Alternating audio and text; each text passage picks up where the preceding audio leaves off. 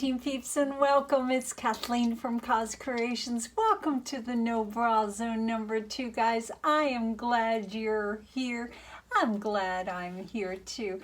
I want to talk briefly about something so super exciting coming up, guys. I am over the moon, beyond grateful, and just absolutely thrilled to be part of this. The Fluid Art Experience, which will be taking place in Plano, Texas. Beautiful Plano. I was there a few weeks back visiting my painting peeps, and we had a blast. It's going to take place on November 12th and November 13th in Plano, Texas. Now, Plano is a lovely town. They've got restaurants and shops and just so many. One of the coolest malls that I have ever been to, an outdoor mall with wonderful restaurants and bars and stores. But I'm going to be painting there with my buddies Sarah Mack, Mina Villegas, Lee and Jeremy Massey from Massey Art Studio, and Karen from Waterfall Acrylics. And like I said, I'm thrilled. I truly am thrilled, guys. Come paint with us. Plano, Texas, November 12th, November 13th. On Friday the 12th, we're having a wonderful buffet, Texas style, and all the artists will be there to talk with you, answer questions, have a little Q&A. I'm going to post the link to the website, which is now up and running, and we have had such a wonderful response to it. Many people have signed up, and we are just tickled pink and 100% are honored, guys.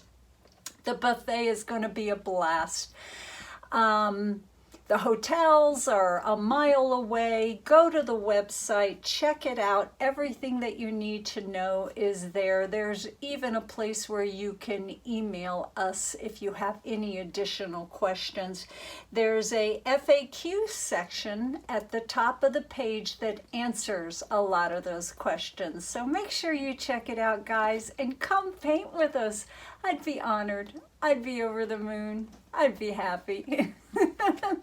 Let's get to what we're doing today, guys. We are working on a reused canvas, and this is a 12 by 30 gallery wrapped Paramount canvas. Now, what you see here is I wasn't happy with this painting when it was all said and done, and I scraped it. And what I do is I take a paper plate and I put it under the lip of the canvas, and I scrape it into the paper plate with a paint scraper, and then I store that paint in a container until I'm ready to use it. So they're all my drippings. I call it my slop bucket, and here is my slop bucket.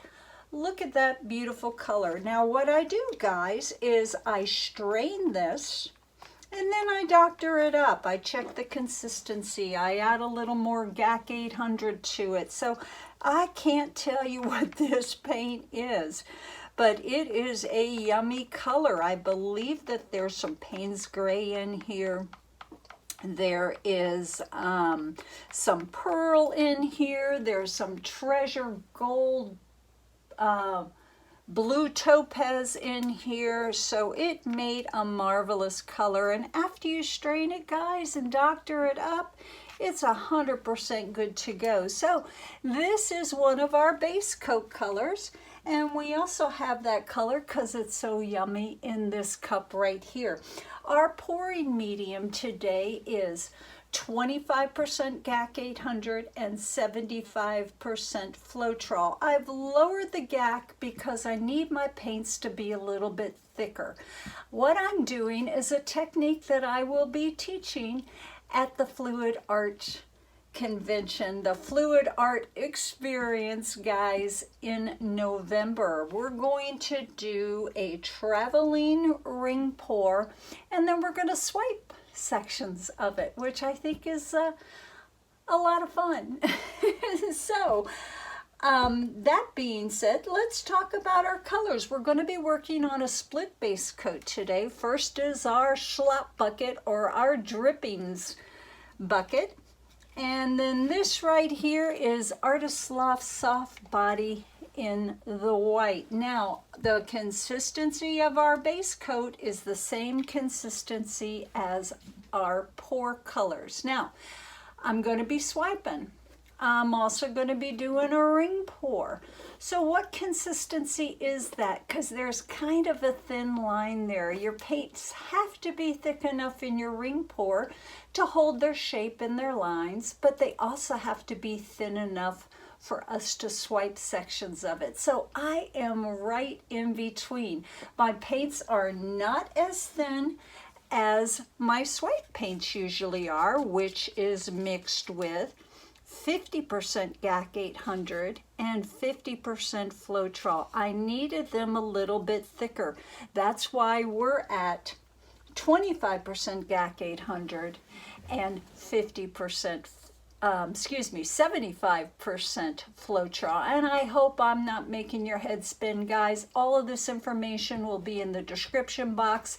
Just tap on that little arrow there, or tap on the title, and it'll open it up with everything from the paints I'm using, the colors, the consistency, and the music that you all are listening to. So paints are a little bit thicker than my swiping paints because we want our ring cup to hold its lines and not go wishy-washy all over the place. So our colors today, look at this.